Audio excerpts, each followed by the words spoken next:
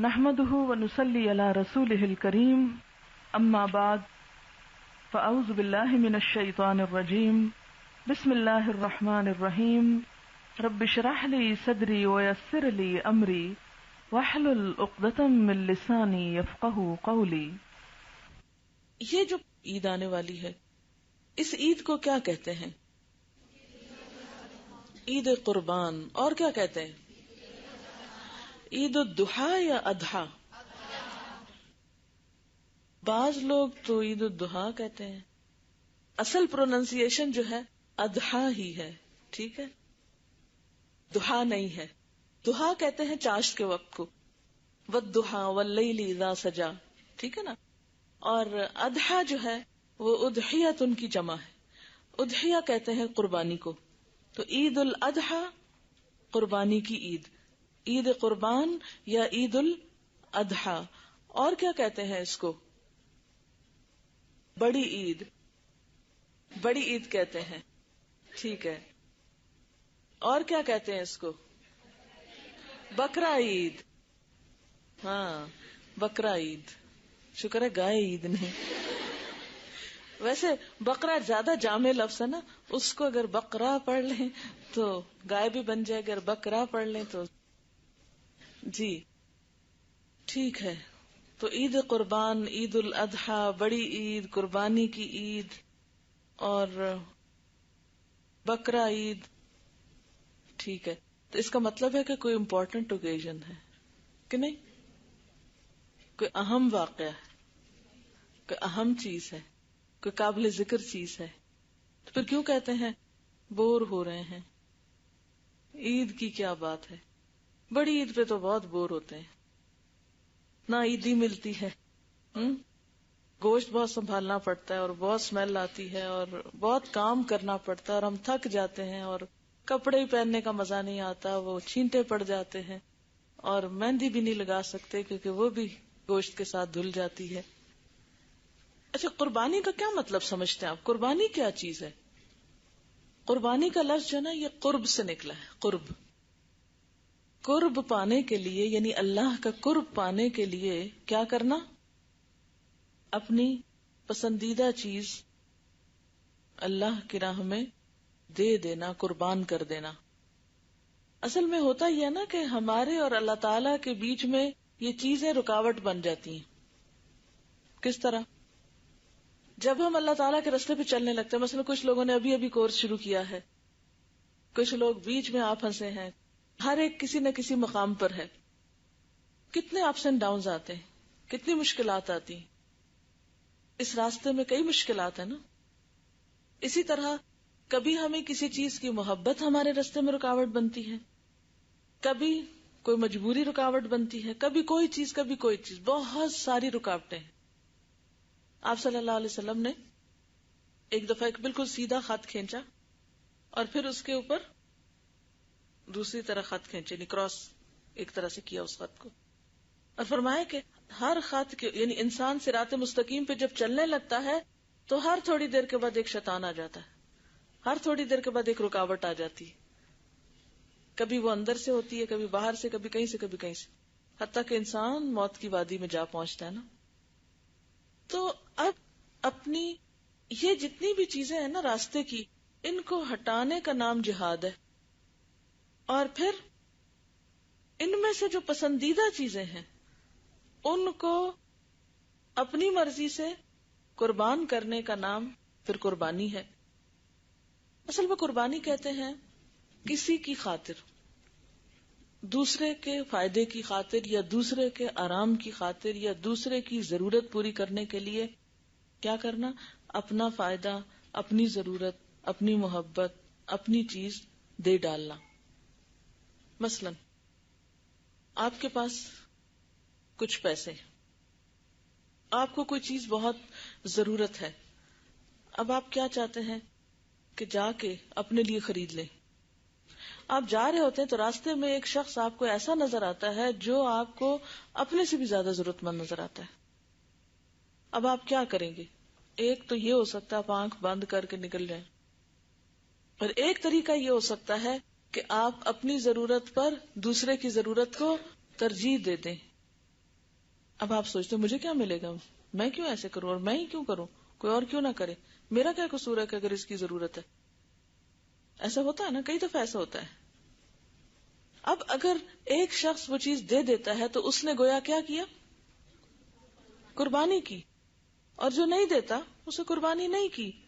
اب جس نے قربانی کی وہ چیز جو اس کا امتحان تھی اس کو اس نے دے دیا، نچھاور کر دیا، اس کے صلے میں اس کو کیا ملے گا؟ وہ شخص تو اتنا ضرورت مند ہے کہ آپ کو کچھ نہیں دے سکتا، اسے کیا ملے گا؟ اللہ کا قرب ملے گا. قربانی کا مقصد اللہ کا قرب پانا ہے، اور قربانی کی روح کیا ہے؟ اپنی پسندیدہ چیز یا اپنی ضرورت پر دوسرے کی ضرورت کو ترجیح دینا. ٹھیک ہے. اچھا، اب آپ اس اصول کو دیکھیے، ہر جگہ نظر آئے گا. مثلا آپ جو یہاں بیٹھ کر پڑھ رہے ہیں، کیا آپ کو یہاں پہنچانے میں کسی نے کوئی قربانی کی ہے؟ کی ہے کسی نے کوئی قربانی کہ نہیں کی؟ آپ کے ماں باپ نے یا آپ کے رشتہ داروں نے یا آپ کے کسی نے کی ہوگی نا.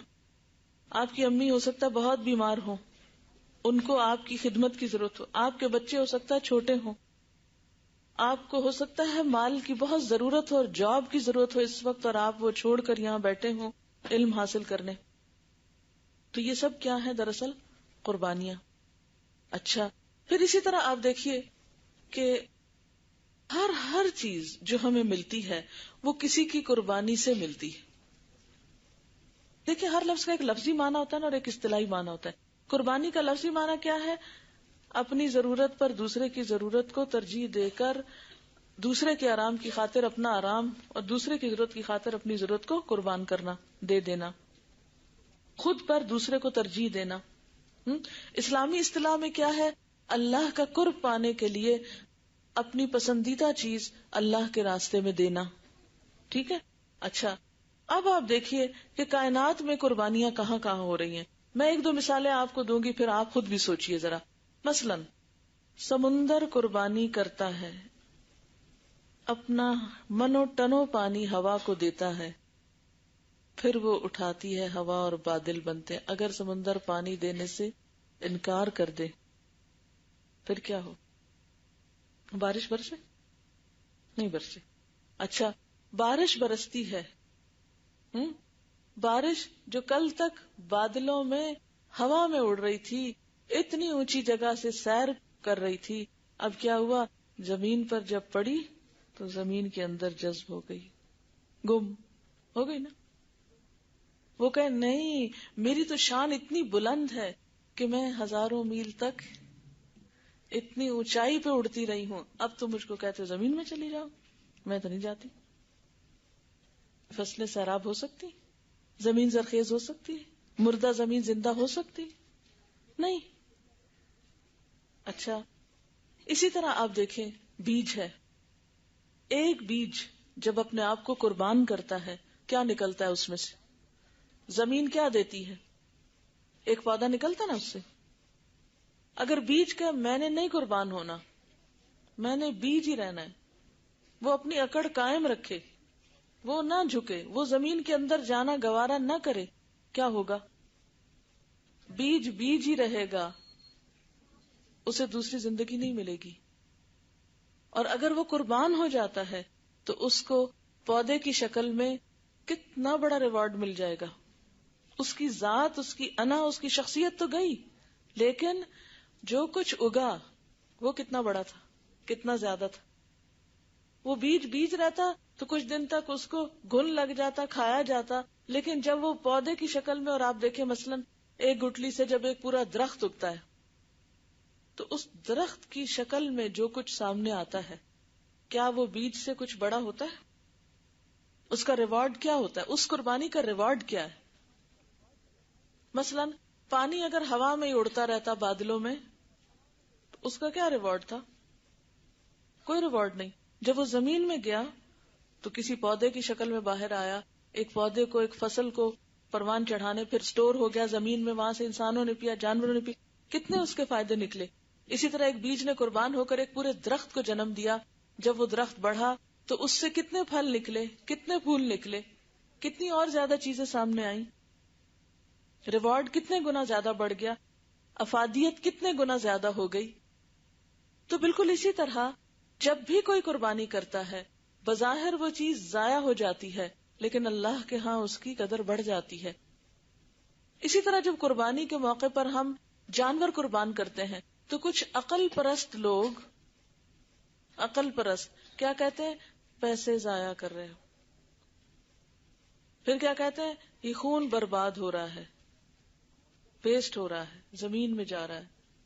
تو آپ کو پتا ہے کہ اس کا اجر و ثواب آپ کو آخرت میں ملے گا، اس کی قدردانی ہوگی. اور جو زمین پر بھی جاتا ہے، آپ کو پتا ہے کہ جانوروں کا خون زمین میں جا کے کیا کرتا ہے؟ کھاد بن جاتا ہے زمین کی، ضائع نہیں ہوتا زمین پہ گر کے بھی، اس کی بھی زمین کو ضرورت ہوتی ہے. مثلا میرے پاس یہ کتاب ہے یا میرے پاس یہ کاغذ ہے. کاغذ کیا تھا پہلے؟ ایک درخت تھا، ایک درخت تھا. یہ اپنی شکل، اپنا رنگ، اپنا سب کچھ قربان کر کے، اپنی آئیڈینٹی قربان کر کے کیا بنا؟ ایک کاغذ بنا. اور کاغذ بن کے اس کو کچھ نہیں ملا، اس کا سب کچھ ختم ہوا، اس کو کچھ نہیں ملا. کیا اس کی شان بڑھ نہیں گئی؟ بڑھی کہ نہیں؟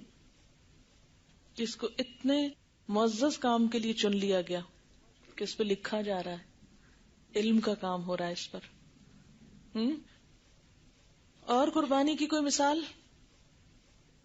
اچھا، یعنی قربانی کے خون کو بھی اگر آپ پراپر جگہ پر ڈالیں، جیسے گھر میں اگر پودے وغیرہ ہیں، تو پھر آپ دیکھیں اس کا پھل کتنا آتا ہے. اس میں پروٹین بھی میرا خیال ہوتی ہے، اور بھی چیزیں ہوتی ہے، غذائیت ہوتی ہے. اب وہی دیکھیں نا، ایک خون انسانی جسم کو یا جانور کے جسم کو چلتا پھرتا رکھتا ہے. جب وہ پودے پہ جائے گا تو ایک دوسری شکل میں، دوسرے کیمیکل ریئیکشن کے ذریعے اس کو سینچے گا. تو حقیقت یہ ہے کہ وہ بھی ضائع نہیں ہوتا. پھر اسی طرح جو جانور کی اون ہے، کھال ہے، بال ہے، ہڈی ہے، کون سی چیز ایسی ہے کہ جو آپ کہتے ہیں کہ وہ ضائع ہوتی ہے؟ کتنے لوگوں کو کام ملتا ہے، کتنے لوگ جانور پالتے ہیں، کتنے قصاب جو ہیں ان کو مزدوری ملتی ہے، کتنے کھالوں میں نمک لگاتے ہیں، وہ اٹھاتے ہیں، فیکٹریوں میں لے جاتے ہیں، پھر وہاں فیکٹریوں میں کام کرتے ہیں. کتنی انڈسٹری بڑھتی ہے، کتنے لوگوں کو کام مل جاتا ہے. پتہ کیا ہوتا ہے عام طور پہ جب قربانی کی عید آتی ہے نا، کچھ لوگ کہنا شروع کر دیتے ہیں کیا فائدہ پیسے ضائع کرنے کا، غریبوں کی مدد کیوں نہیں کرتے؟ اس پیسے سے ہمیں غریبوں کی مدد کرنی چاہیے. اچھا، ایک شکل ہے غریبوں کی مدد کی کہ آپ ان کو ایزی منی دے دیں. ایزی منی کیا ہے؟ بکرا ذبح کرنے کی بجائے کیا کریں؟ بکرے کے پیسے جا کے کیش ان کے ہاتھ میں دیں، چاہے نشہ کریں، چاہے وہ کچھ کریں، وہ ہر سال بس صرف انتظار میں ہو قربانی کی عید آئے گی، ہم کو مفت کے پیسے ملیں گے، اور گھر بیٹھ کے ٹی وی دیکھتے ہیں، کیبل کنیکشن لگوائیں گے. ہاں، ایک یہ طریقہ ہو سکتا ہے. دوسرا طریقہ کیا ہو سکتا ہے؟ قربانی کریں، غریبوں کو گوشت دیں، وہ گوشت کھائیں، پھر اس کے بعد وہ آئیں، کھالیں، اٹھائیں، ان کو نمک لگائیں، فیکٹری میں کام کریں، جانور پالیں، ان کو چارہ کھلائیں، اور پھر اس کے نتیجے میں وہ پیسے کمائیں. کون سا طریقہ زیادہ بہتر ہے؟ ان کو جا کے بس ایزی منی دے دینا، یا ان کو بھی ایک ایکٹیویٹی میں شریک کرنا؟ آؤ سب کام کرتے ہیں، گوشت بھی کھاتے ہیں اور کام بھی کرتے ہیں. ایک قربانی کے ساتھ آپ دیکھیے کتنے لوگ وابستہ ہوتے ہیں، کس کس کو جاب ملتی ہے، کس کس کو کام ملتا ہے. کسائی تو بعد میں آتا ہے، سب سے پہلے تو جو جانور پالتا ہے چرواہا ہے. پھر چرواہا اکیلا نہیں ہوتا، اس کے ساتھ اور لوگ بھی ہوتے ہیں. ٹھیک ہے، پھر اس کے بعد یہ کہ جو ان جانوروں کو رسیاں باندھی جاتی ہیں، وہ رسیاں باندھنے والے، سنگلیاں بنانے والے. ٹھیک ہے، پھر جو شہروں میں جو چارہ لے کر آتے ہیں، ان چارہ والوں کا کتنا، جو چند دن بھی جانور جو شہر میں رہتے ہیں، کتنے لوگوں کو وہاں سے بزنس مل جاتا ہے. پھر اس کے بعد جب کاٹنے کا موقع آتا ہے، کتنے کسائی ایک دن میں اچھے خاصے پیسے بنا لیتے ہیں ایکسٹرا. پھر اس کے بعد جو کھالیں ہوتی ہیں یا اون ہوتی ہے، اگر اون ہی الگ کر لی جائے اور اون کی ایک مثلاً یہ جرسیاں بنانے کی ایک فیکٹری لگائی جائے، صرف ایک جرسی کے بنانے سے کتنے لوگوں کو اس میں کام ملا، کتنے لوگوں نے یہاں کاروبار کیا. پھر اس کے بعد یہ ہے کہ لیدر انڈسٹری میں کتنے لوگوں کو کام ملا. تو آپ ذرا سوچتے جائیں کہ اس ایکٹیویٹی سے، یہ جو عید قربان ہے، جو بڑی عید ہے، ایسا نہیں ہے کہ اس میں جانور ذبح کرنے سے پیسہ ضائع ہو جاتا ہے اور برباد ہو جاتا ہے. نہیں، ویسے بھی تو آپ دیکھیں عام طور پر آپ میں سے کتنے لوگ ہیں جو غریبوں کو گوشت بھیجتے ہیں، اور کتنے ہی گھرانے ایسے ہیں کہ جہاں گوشت نہیں پکتا یا صرف بڑا گوشت پکتا ہے. یہ کبھی ہفتے میں ایک دفعہ، کبھی مہینے میں ایک دفعہ. ترکی میں ہمیں خود اتفاق ہوا جانے کا، اور وہاں پر کچھ ایسے لوگوں سے ملنے کا اتفاق ہوا. اصل میں یونیورسٹی کا ایک طالب علم تھا، تو ہم بھی پڑھنے والے اسٹوڈینٹس تھے. تو ہم نے پوچھا ایک طالب علم سے کہ گوشت کہاں ملتا ہے اور کیا بھاؤ ہے. کہتے سچ پوچھو تو مجھے نہیں پتا بھاؤ کا، اور نہ پتا ہے کہاں ملتا ہے. کیوں؟ اس لیے کہتا ہے کہ اگر آپ یقین کریں تو ہم صرف بقرہ عید پہ گوشت کھاتے ہیں. میں بہت چونکی کہ یہ کیسی بات کر رہا ہے. کہتے ہمارے پاس اتنا ہے ہی نہیں، ہم تو بمشکل اپنی فیس پوری کرتے ہیں. پھر ایک دور دراز علاقے میں اس کا گھر تھا، پھر ہم اس کے گھر کے واقعی وہ اینٹ پتھر جوڑ کے اور اس طرح، لیکن اتنا ماشاءاللہ کمیٹڈ ینگ بوائے جو بہت ہی بریلینٹ اور پڑھ رہا ہے اور بہت اچھے اس کے خیالات اور سب. ہوا یہ کہ ترکی میں برقع نہیں ہے نا اتنا عام، تو اس سے ہماری جان پہچان کیسے. میں اسی طرح اپنے پورے پردے میں تھی. میں اور میرے ہسبینڈ کہیں جا رہے تھے تو وہ آ کے پوچھنے لگا آپ کہاں سے آئے ہیں اور یہ جو پہنا ہوا ہے. اور اتفاق ہی اس کو عربی آتی تھی کچھ، ورنہ ٹرکی ہمیں نہیں آتی، ٹرکش تو بات نہیں ہو پا رہی تھی. تو اس نے کہا آپ کو کوئی ہیلپ چاہیے؟ ہم نے کہا ہمیں یہاں کی زبان نہیں آتی، تو اگر آپ ہمارے گائیڈ بن جائیں تو ہمیں کچھ چیزیں چاہیے، میوزیمز دیکھنے ہیں، ہمیں اس شہر جانا ہے. تو اس نے کہا کہ موسٹ ویلکم، میں آپ کی ہیلپ کرتا ہوں. پھر ہم نے اس سے اسی میں پوچھا فلاں چیز کہاں سے ملتی ہے، فلاں کیسے ہوتا ہے، فلاں. تو اسی گفتگو میں اس نے ہمیں بتایا کہ ہمارے ہاں تو بہت سے گھرانے ایسے ہیں کہ جہاں واقعی سال میں ایک آدھ دفعہ ہی گوشت کھایا جاتا ہے. We can't afford. ایسے میرے دل پہ لگی بات کہ ہمارا حال کیا ہے. ہمیں دال نہیں پسند، ہم کو سبزی نہیں پسند. بچے عام طور پہ سبزی دال پسند ہی نہیں کرتے، چاہے وہ گوشت نہ بھی کھائے لیکن سبزی دال بھی نہیں کھاتے. تو اس سے آپ دیکھیں کہ کتنا ضروری ہے کہ آپ ان دنوں میں جن کو اللہ تعالیٰ نے استطاعت دی ہے وہ ذبح کریں، وہ قربانی کریں، اور پھر ہر کوئی کھائے، سب تک پہنچایا جائے. کیونکہ یہ بات میں اس لیے کر رہی ہوں کہ جو یہ موسم آتا ہے نا، طرح طرح کی بحثیں چھڑ جاتی ہیں. نہیں یہ نہیں ہونا چاہیے، وہ نہیں ہونا چاہیے، غریبوں کی مدد ہونی چاہیے، فلانا ہونا چاہیے. بھئی سارا سال کدھر ہیں آپ؟ سارا سال غریبوں کی مدد کیا کریں. آپ کو قربانی کی عید پر ہی غریب کیوں یاد آتے ہیں اتنے زیادہ؟ کہ آپ کہتے ہیں قربانی روک کر ان کی مدد کرو. اگر دیکھا جائے تو ابراہیم علیہ السلام کی ساری زندگی قربانیوں کا مجموعہ تھی. سب سے پہلی قربانی تو خود انہوں نے اپنی ذات کی دی تھی. کیسے؟ اذ قال له ربه اسلم قال اسلمت لرب العالمین. جب ان کے رب نے ان سے کہا کہ اپنے آپ کو میرے حوالے کر دو، کہا میں نے حوالے کر دیا. یہ سب سے بڑی قربانی ہوتی ہے. اپنی انا کی قربانی، اپنی مرضی کی قربانی، اپنی سوچ کی قربانی. اللہ تعالیٰ کو یہ پسند ہے، ٹھیک ہے مجھے یہ پسند ہے. اس وقت سو جاؤ سو جاؤ، اٹھ جاؤ اٹھ جاؤ. کھانے کا کہا میں کھاؤ، نہیں کھانا روک لو، نہیں کھانا. اچھا پھر کہا گیا اللہ تعالیٰ کی خاطر انہیں آگ میں کودنا پڑا، اور وہ اس کے لیے خوشی سے تیار ہو گئے. ہم جیسا ذرا کوئی ہوتا تو تھوڑی دیر کے لیے سوچیں کتنا واویلا کرتے ہم. اس کو فون کرتے، اس کو خط لکھتے، اس کے دروازے پہ جا دھمکتے اور کہتے دیکھو میرے ساتھ دین کے رستے میں ہو کیا رہا ہے. اب تو اگر آپ نے میری مدد نہ کی تو ہم تو لٹ گئے. نہیں، اس طرح تھوڑی دین کے کام ہوتے ہیں. بات بات پہ پریشان ہو گئے، بات بات پہ رونا دھونا شروع کر دیا، بات بات پہ شکایتیں لے کے پہنچ گئے، بات بات پہ ادھر ادھر لوگوں کو پریشان کیا کہ دیکھو ہمارے ساتھ کیا ہونے لگا ہے. ہم جب سے اس دین کے رستے پر آئے ہم کو تو بڑی آزمائشیں آ رہی. ایسے نہیں کام چلتا. اس کے لیے کیا ہے؟ چھوٹی پریشانی ہو کہ بڑی پریشانی ہو، چھوٹا دکھ ہو کہ بڑا دکھ ہو، کیا کرنا ہے؟ صبر کے ساتھ نماز، فوراً جھک جانا، فوراً اللہ سے مدد مانگنی. جب ہم نے اپنا آپ اللہ کو دے دیا تو پھر شکوے کس بات کے؟ ہاں پھر تو سب اسی سے ہے. اور کیا قربانی کی تھی ابراہیم علیہ السلام نے؟ جی ہاں، بیوی اور بچے کی قربانی. ان کو چھوڑ آئے تھے بالکل دور دراز کے علاقے میں کہ پتہ نہیں پھر کب ملاقات ہوگی. اپنی بستی، اپنے والدین، اپنا علاقہ، اپنا سب کچھ چھوڑا. کسی نے بہت اچھی بات لکھی بیچی ہے، دنیا کے لحاظ سے دیکھا جائے تو 1+1 2 ہی ہوتا ہے. اگر ہم 1 اور 1 کے بیچ سے پلس کو ہٹا دیں تو ہمیشہ 11 پڑا جائے گا. اگر 1+0 کریں تو 1 ہوگا. اور پھر انہوں نے ایک اور اکویشن لکھی 1+0+0+0. لیکن اگر ہم ان سب کو پلس کے بغیر دیکھیں تو 1110 پڑا جائے گا. سمجھ آئی یہ بات آپ کو؟ تو یہ جو بیچ کے نشان ہے نا پلس کے، ان کو ہٹاتے جائیں تو آپ قریب ہو جائیں گے. رہے گا کچھ نہیں آپ کو، 0 0 0. یہ بھی دے دیا، یہ بھی، یہاں سے بھی خالی، یہاں سے بھی خالی، یہاں سے بھی خالی. اور آپ ایک تھے تو کیا بن گئے؟ 10 بن گئے، 100 بن گئے، 1000 بن گئے، اور بڑھتے چلے جائے. ایسے ہی درجے بڑھیں گے آخرت کے. ٹھیک ہے نا؟ چھوٹی چھوٹی چیزیں دینے والے بنے، چھوٹی چھوٹی چیزیں، اس لیے کہ جب دیں گے تو اللہ اس سے کئی گنا زیادہ لوٹائے گا. اللہ تعالیٰ رکھتا کچھ نہیں ہے. جب ہمارا دل جب تنگ ہوتا ہے نا، وہ جیسے حدیث میں آتا ہے نا، گن گن کے نہ دو ورنہ اللہ تعالیٰ بھی گن گن کے دے گا.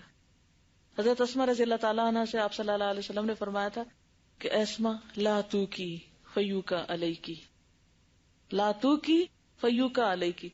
تو کی کیا ہوتا ہے؟ پہلے تو مجھے آپ یہ بتائیں کہ یہ کیا ہے.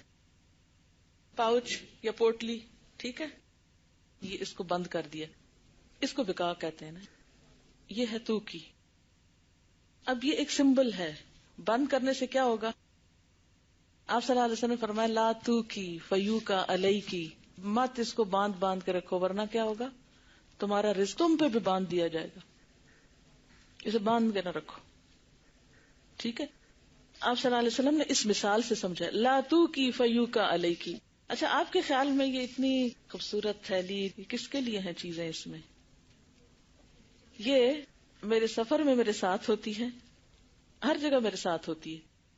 چھوٹا موٹا چینج میں اس میں رکھتی ہوں، جو بھی چھوٹی موٹی کھانے پینے کی چیز ہوتی ہے. بعض اوقات ایسا ہوتا ہے نا، لوگ کوئی آ جاتے ہیں، وہ کوئی ایسا تحفہ بھی لے آتے ہیں جو میں خود نہیں استعمال کر سکتی لیکن وہ دوسروں کے بڑے کام کا ہو سکتا ہے. چھوٹی چھوٹی چیز. تو جو بھی مجھے گھر میں ایسی چیز نظر آتی ہے نا جو میں سمجھتی ہوں کہ یہ استعمال نہیں ہو رہی ہے، کچھ ایسی چھوٹی چھوٹی چیز میں اس میں ڈال کے رکھتی ہوں. اچھا، جہاں جہاں جن رستے، کراچی میں یہ بہت زیادہ ہوتا ہے کہ جہاں جہاں ہم جن رستوں سے گزرتے ہیں نا، وہاں کوئی نہ کوئی کھٹکانے والا آ جاتا ہے، وہ گاڑی پہ کھٹکاتے. تو اس میں سے میں پھر ان بچوں کو نکال کے چیزیں چھوٹی چھوٹی دیتی رہتی ہوں، جو کچھ بھی چھوٹا موٹا ہوتا ہے. اچھا، کچھ بچے تو اتنا پہچانتے ہیں، وہ تو آ کے کہتے باجی السلام علیکم. اچھا، کل ہی ایسا ہوا کہ جب میں آ رہی تھی رستے میں تو ایک بچہ کہتا ہے آ کے باجی سلام کرنے آیا ہوں. میں نے کہا اچھا ٹھیک ہے. وہ ایک لمبا اشارہ آتا ہے وہاں پر، تو جب وہ اشارہ قریب ہوتا ہے نا تو میں اس کو کھول لیتی ہوں اور پھر اس میں سے ایک ایک دو کیوں بےچارے دھوئیں پہ کھڑے ہوتے ہیں، پتہ نہیں کچھ کھایا ہوتا ہے کہ نہیں کھایا ہوتا. اور پھر مافیا بھی بہت ہے کہ لوگ ان سے بیگنگ کرواتے ہیں. اگر ان کو پیسے دیں نا تو پھر کیا ہوتا ہے، ان سے چھین جاتے ہیں، ان سے چھین بھی لیتے ہیں. ان بیچاروں کو پتہ نہیں کس طرح کی روکھی سوکھی کچھ ملتی یا نہیں ملتی، تو پھر یہ لوگ کھا نہیں سکتے. تو چھوٹا سا بسکٹ، چھوٹی چھوٹی چیز، بڑی میں چیز خود کیری بھی نہیں کر سکتی، اٹھا بھی نہیں سکتی، تو اس کو پھر چھوٹا سا ڈال لیا، پھر اس کو خالی کر لیا. پھر اس کے بعد یعنی جیسے میں اپنے اور چیزیں روز نکالتی ہوں نا باہر، تو شام کو اس کو بھی نکال لیتی ہوں. تو جیسے اور چیزیں پیک کرتے ہیں، اس کو بھی تھوڑا تھوڑا پیک کر لیا. خوبصورت اس لیے اس کو رکھا ہوا ہے کہ جو اللہ کے راستے میں دینے والی چیزیں ہوتی ہیں نا، ان کو صرف خراب چیزوں میں نہیں ڈال کے رکھتے یا صرف خراب چیزیں نہیں دیتے. اور اس میں جو سویٹس بھی ہیں وہ بھی دودھ اور اس کی بنی ہوئی ہیں، یعنی کہ جو ہم خود کھا سکتے ہیں. تو یہ ایک چھوٹی سی چیز ہے، صرف اس کو عمل سے آپ کو اس لیے دکھا رہی ہوں کہ یہ کام کچھ مشکل نہیں ہے، یہ آپ کے چلتے پھرتے یہ کام ہو جاتا ہے. تو آپ صلی اللہ علیہ وسلم فرمایا کہ اس کو باندھ کے نہ رکھو، لا تو کی فیو کا علیہ کی. اور جو بات ہو رہی تھی دینے والی، اس میں یہ ہے کہ جب تک ہم اس کو اپنی ہیبٹ نہیں بنائیں گے نا، ہیبٹ نہیں بنائیں گے، دل کھلا نہیں کریں گے، چھوٹی چھوٹی چیزیں جوڑ جوڑ کے رکھتے ہیں. ایک میرا سوٹ مجھے بہت پسند تھا، میں نے اس کو رکھ لیا. میں نے کہا اچھا یہ میری یادگار ہے. پھر ایک دن مجھے خیال آیا کہ وہ یادگار کدھر لے کے جانی ہے، کہاں اس کو لٹکانا ہے، کہاں اس کو شو پیس میں کہیں رکھنا ہے. تو جب گھر اگلا ہے، آگے کا گھر ہے، تو اس کو دے دینا چاہیے تاکہ وہاں جا کے مل جائے. جیسے آپ ایئرپورٹ پہ سامان بک کراتے ہیں نا، یعنی جو کچھ بھی تھوڑا بہت دیں گے اللہ تعالیٰ اس کو کئی گنا بڑھا کے لوٹائیں گے بھی. مجھے یاد آ رہا تھا کہ عموماً جب ہم کوئی چیز دیتے ہیں یا کوئی قربانی کرتے ہیں نا تو اس وقت ہمارا دل ہول جاتا ہے کہ ہائے گئی. اچھا اس سے کیا ہوتا ہے کہ ہم پھر نا تھوڑا سا اس کو باندھ لیتے ہیں، نہیں، لیکن یہ نہیں سوچتے کہ جو بھی دیں گے وہ ملے گا ضرور. اگر ہمیں یقین ہو کہ ضرور ملے گا تو ہم کبھی بھی نہ روکیں. کیسے؟ اس بات کو مجھے اس طرح سمجھ میں آتا ہے، جیسے آپ نے اگر کبھی باہر سفر کیا ہو تو وہاں پر یہ ہوتا ہے کہ آپ جو ہی انٹر ہوتے ہیں نا ایئرپورٹ پہ، ٹرمینل میں داخل ہوتے ہیں تو آپ سے آپ کا سامان بک کر لیتے ہیں، لے لیتے ہیں، آپ کے ہاتھ میں نہیں چھوڑتے. اور پھر جب آپ دوسرے شہر میں اپنی منزل پہ پہنچ جاتے ہیں تو وہاں آپ کا سامان آپ کو مل جاتا ہے. وہ آپ کو بک کرتے وقت ٹیگز ہوتے ہیں وہ دیتے ہیں، یعنی رسید دیتے ہیں ایک طرح سے، اور کہتے ہیں کہ آپ جب اترے تو آپ اپنا سامان لے لیں. اور وہ پھر نمبر ٹیلی کر لیتے ہیں، یہی سامان تھا نا آپ کا، وہ چیک کرتے ہیں وہی سامان ہے تو پھر وہ دے دیتے ہیں. میں ہمیشہ اس بات پہ سوچتی ہوں کہ جب ہم اللہ کے راستے میں دے رہے ہیں نا تو وہ بک کرا دیا نا سامان. دینے کو کیا سمجھا کریں؟ یہ بک ہو رہا ہے، یہ کہیں نہیں جا رہا، یہ میرا ہی ہے، یہ بیگ میں رہے یا ادھر جائے یہ میرا ہی ہے، کسی اور کو نہیں جا رہا، یہ مجھے ہی جا رہا ہے، میرا ہی فائدہ ہے، بک ہو رہا ہے بس. اچھا بکنگ کرا دی سامان کی، جب کل جا کے لینا ہے تو وہ رسید چیک نہیں کریں گے؟ یہی دیا تھا نا، جو دیا تھا لے لو. اللہ تعالیٰ کی یہ شان ہے، کو کئی گنا بڑھا کے دیتا ہے. یہی بڑی قربانی کی بات ہے کہ جب کوئی چیز ہم دیتے تو ہمیں لگتا ہے ضائع ہو گئی، چلی گئی، گر گئی، ختم ہو گئی، فنا ہو گئی، لیکن وہ فنا نہیں ہوتی. بعض اوقات ہم کسی چیز کے جانے پہ روتے بھی بہت ہیں، کسی قربانی کو کر کے پھر رونے بیٹھ جاتے ہیں. اچھا مجھے یاد آتا ہے کہ میری بیٹی میرا خیال 3 سال کی تھی یا ایسی تھی کوئی اس کی عمر، تو میں پی ایچ ڈی کر رہی تھی تو اس کو میں ساتھ لے گئی کچھ عرصے کے لیے. تو اس نے شاید پہلی دفعہ اتنا لمبا سفر کیا تھا. اس کے کچھ کھلونے تھے جو ایک بیگ میں تھے، تو بچوں کو اپنے کھلونے سے بہت پیار ہوتا ہے نا. بیگ میں کھلونے تھے تو میرے سے سامان ہمیشہ اتنا اٹھا نہیں، تو میں نے بیگ بک کرا دیا. اچھا اب جو بک کرایا میں نے، اس کو تو نہیں پتا تھا کہ یہ کیوں دے رہی ہیں، ادھر بکنگ ہو رہی ہے اور کیا چکر ہے. تھے بھی یہ اور میں دونوں ہی تھے اس وقت سفر میں.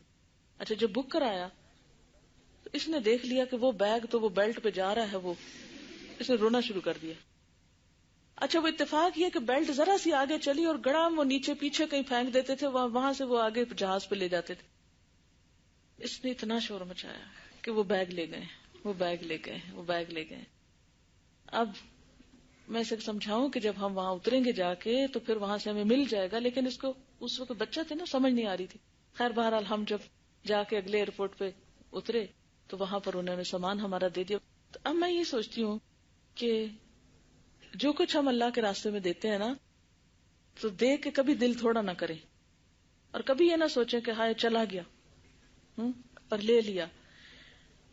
کوئی بھی چیز جو اللہ کے راستے میں آپ دیں بظاہر وہ جاتا ہوا محسوس ہوتا ہے. اور یہ جو ہر سال ہم سے قربانی کی عید کروائی جاتی ہے نا، ہر سال ہم کو کرنی پڑتی ہے قربانی، جو بھی صاحب استطاعت ہے، اس کے پیچھے بھی روح، مقصد اور فلسفہ یہی ہے کہ ہم اللہ کی راہ میں دیں.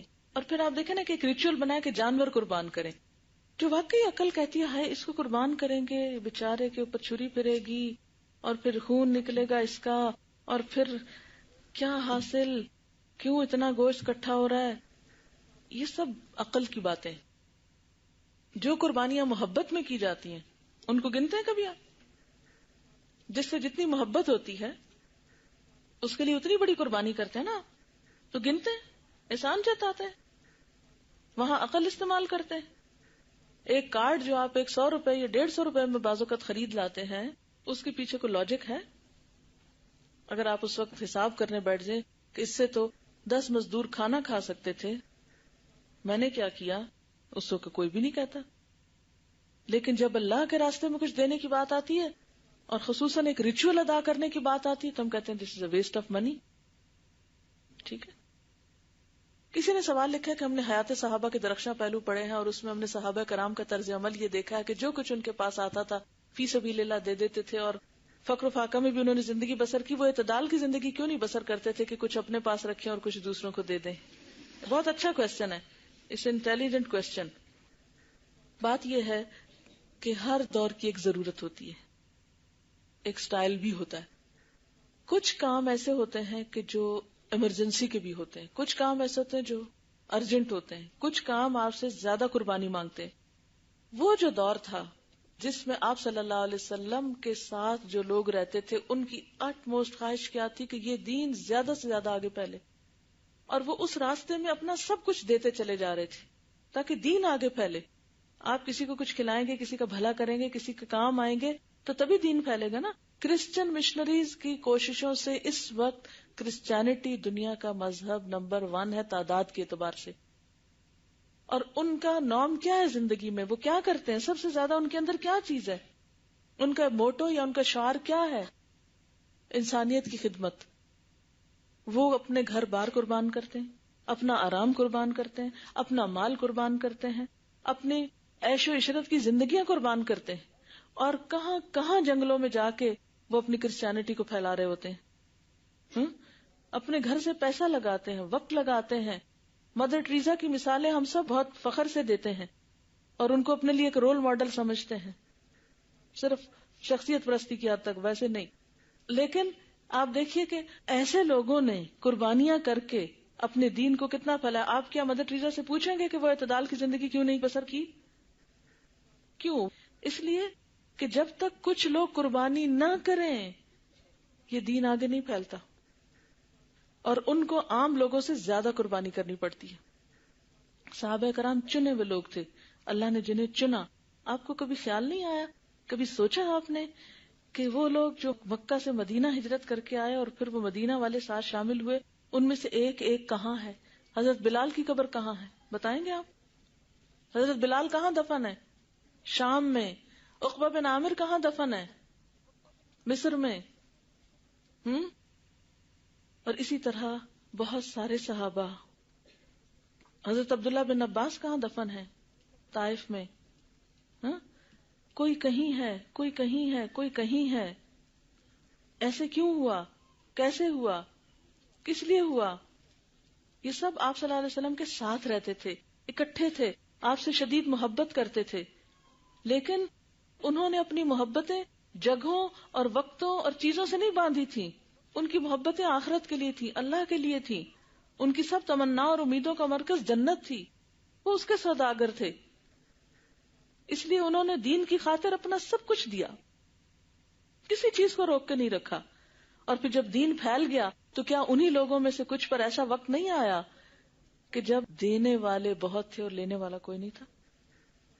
ایسے صحابہ کرام جنہوں نے ایک وقت میں سب کچھ دیا. ایک وقت ان کے پاس ایسا آیا کہ کوئی لینے والا نہیں تھا، ان کے پاس بہت کچھ تھا. حضرت ابو ہریرہ جب آپ صلی اللہ علیہ وسلم کی زندگی میں انہوں نے اتنی قربانی کی کہ دن رات آپ کے ساتھ چمٹے رہتے تھے، ہر وقت کچھ نہ کچھ لکھ رہے ہوتے تھے، یاد کر رہے ہوتے تھے. اب اس کے بعد وہ گورنر بھی بنے اور ان کے پاس دنیا بھی آئی، اور اسی طرح باقی لوگوں کے پاس بھی. لیکن وقت وقت کی بات ہے. تو جس وقت کی آپ مثالیں پڑھ رہے ہیں اس وقت کی ضرورت تھی. کیا ضرورت؟ کہ دین کے لیے اتنی قربانیاں کی جائیں. لیکن جب دین کا کام ہو گیا، دین پھیلنے لگ گیا، اسٹیبلش ہو گیا، پھر اس طرح کی قربانیاں نہیں کی گئی. لیکن پھر بھی کچھ لوگ ایسے تھے جنہوں نے بائی چوائس اتنا آخرت سے دل لگا لیا تھا کہ دنیا کی کسی چیز کی ان کے نزدیک کوئی امپورٹنس تھی نہیں، کیونکہ وہ رول ماڈل تھے نا. وہ کہتے تھے کہ اگر ہم ذرا بھی دنیا کی طرف جھکیں گے تو لوگ کئی گنا آگے نکل جائیں گے. چلیے کیونکہ وقت ہو چکا ہے اب اجازت چاہتی ہوں. انشاءاللہ العزیز پھر دیکھیں، زندگی رہی تو ملاقات ہوگی انشاءاللہ.